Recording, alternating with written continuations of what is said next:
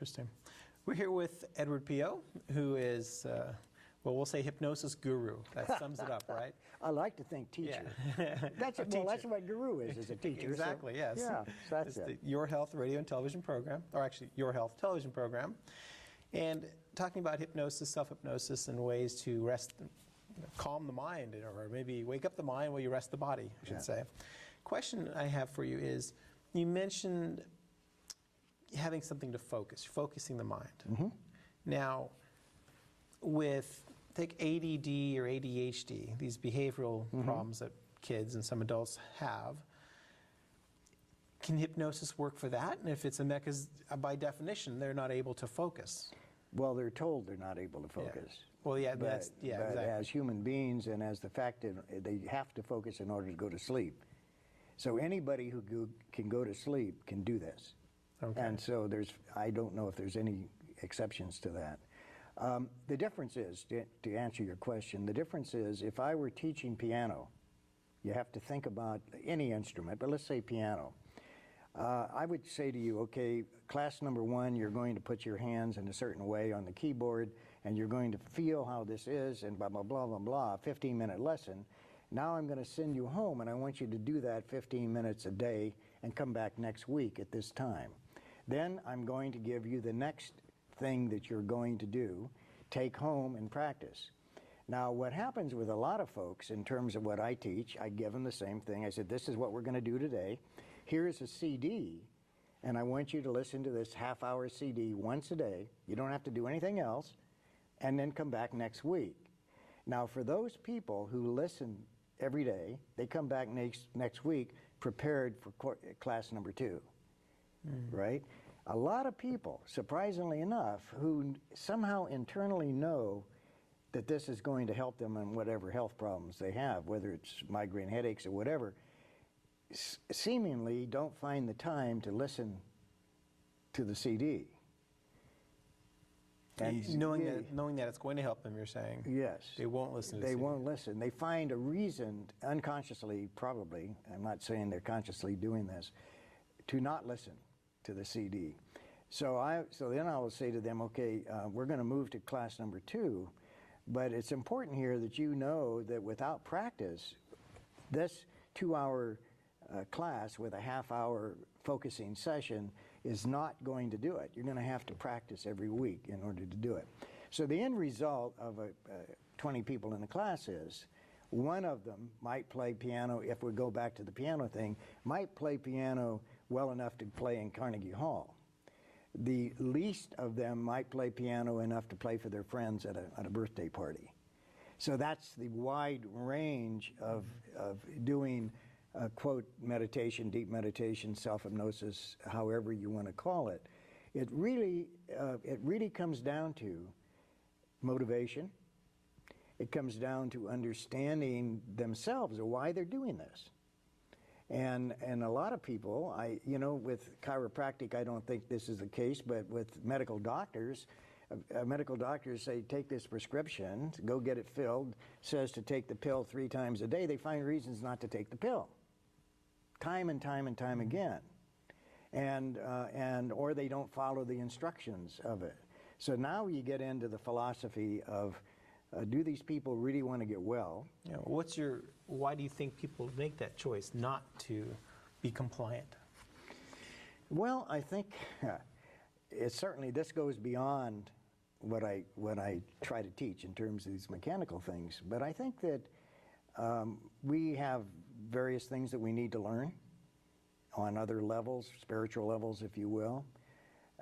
And maybe we need to have whatever we're going through in order to do it. And so somebody comes along and says, here's a pill, and you can get away from that. And somehow they know that they don't want to get away from it. Now, from your perspective and my perspective, I can't imagine anyone with migraine pain, for example, that level of pain, to not want to get away from it. You'd have to go really into some deep philosophy in order to figure that out. But the fact of the matter is, people just make that choice. And if they don't follow every day's practice, it's not going to happen. And, I don't know with chiropractic, but I know that I could stand up in front of 20 people that have migraine headaches once a week, and I've done this incidentally, but I could say, if you will take my course and you will do what I ask you to do mechanically to practice, just like you were going to practice piano, I guarantee you by class number 4 or class number 5, you will no longer have any migraine headaches. And my guarantee is no cost to the class. The money, 100% of your money is refunded if it doesn't work. Now you would think out of 20 people that 20 would say, hey, I want to do that, because of the level of pain that they're going through. Some of them having to go to emergency to get shots, and some of them just seeing 2 or 3 days in a dark room, and all of those really not very pleasant things. Right. I'm surprised if more than 2 or 3 raise their hand out of the 20. Mm-hmm. And then out of the 2 or 3 that go ahead and take the course, I simply say all you have to do is listen to the CD, or when I teach you how to do this on your own, 1/2 hour a day. That's not too much. Well, the person comes back and says, I've got 2 little kids, my husband's working, I'm working, I've got the house, I've got all of this, I have no time to do this. Mm-hmm. Well, it's too bad we can't hypnotize people to be more compliant, huh? Well, or motivate them. I'd like to think, but you know, we're in a model in this country to where everything can be fixed by somebody else. We're not, you know, some people are starting to use the word wellness now, which is not something you're going to get ever in a pill box. Oh yeah, that's right. You know, and it's self-responsibility. Mm-hmm. And so I think that people are going to come around to the idea that, and this is what I hope, that they can learn deep meditation and do all of the things that the monks do in the Himalayas without dropping out from society, and accomplish more rather than less in their job and in their family and all of the other things. But it's very difficult to get someone who's mired in the deep mud and who's reaching out and trying to grab somebody and said, fix me, over here, try it, fix me. And the pharmaceutical companies are out there saying, we've got your fix. Right. Yeah. The pushers, on the street corner. Yeah, exactly. So it's I'm hoping that when they get to the bottom line and there's nothing else out there, then they're going to come to the self-responsibility motivation so that they will take the time. After all, a half hour a day is not very much to be healthy. Oh, or yeah. to approach, quote, wellness. Yeah.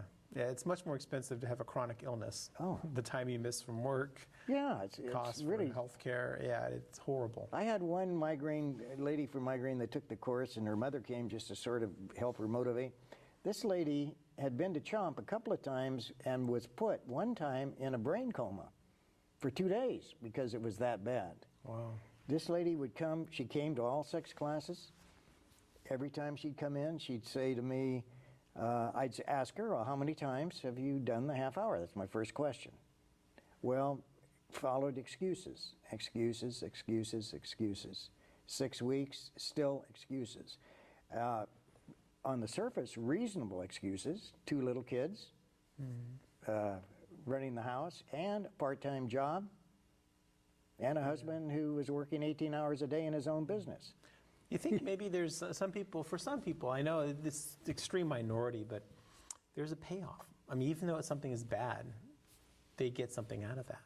I think the payoff, as I was talking about a while ago, there's maybe a spiritual payoff, that they had to go through that. I think the attention is a key issue. Mm-hmm. I don't like to usually put that out there because people then think we're really crazy, you know. Mm-hmm. Why would I do this to myself? People have done stranger things. Yeah.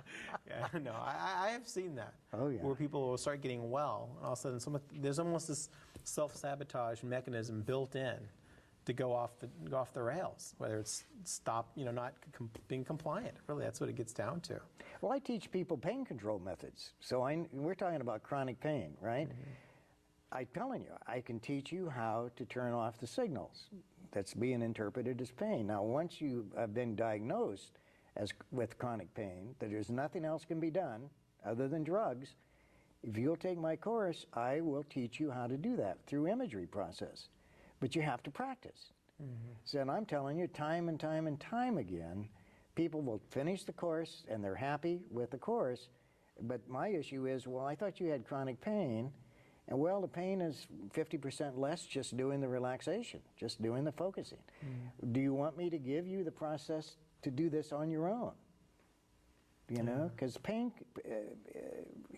there's a lot of hypnotists out there that talk about giving people pain control suggestions and so forth. And that's not a good idea from my standpoint, in the years that I've been involved. It can be done, and some people will accept it, but the way that's proper to do it is to teach somebody to do their own, and that way they have, is always the option. They can continue to be miserable, or they can get rid of it. Right. How long is a typical course? Like one I do class? Mine now is a workshop of 2 hours, and then I have 6 additional 2-hour classes once a week. Okay. And I have an office on Cass Street, very nice office, and a carpet on the floor for those that feel more comfortable lying down rather than trying to do it in a chair. It's the big thing that I've found, and I think a lot of people in the health industry would find, is motivation. Yeah. There's nothing that anybody can, if I do not want to get well, you could work on me from now on and it won't make any difference. Exactly. Sometimes they'll have patients ask me, I'll give them something to do, an exercise or stretch, and they'll say, well, how often should I do it? I say, only on the days you want to feel good. Other than that, don't do it. Do you ever ask them how many days did they do Yeah, that? it's usually about like 2 or 3 days a week. Okay, that's all. That's as often as they want to feel well. Yeah. Yeah, it's unfortunate. Well, we have about a minute left. Is there any closing remarks? First of all, what's your phone number again? Well, I could give it, the name of it is International Institute of Medical Hypnosis. Okay. And we're located at 950 Suite A, Cass Street. It's in the Wellness Institute, Planning Institute of Central California. There's a chiropractor in there. There's a massage therapist. There's some other energy workers, and my office is in there also. And so I do workshops usually twice a month. I advertise in the Monterey Weekly maybe once a month to get people for the next class series. Okay. But I won't beat anybody over the head. I'll just try to help them when they're ready to be helped. Great. Well, thank you, Edward, for being a guest on the Your Health television program. I appreciate your time and your knowledge of hypnosis. It's very extensive.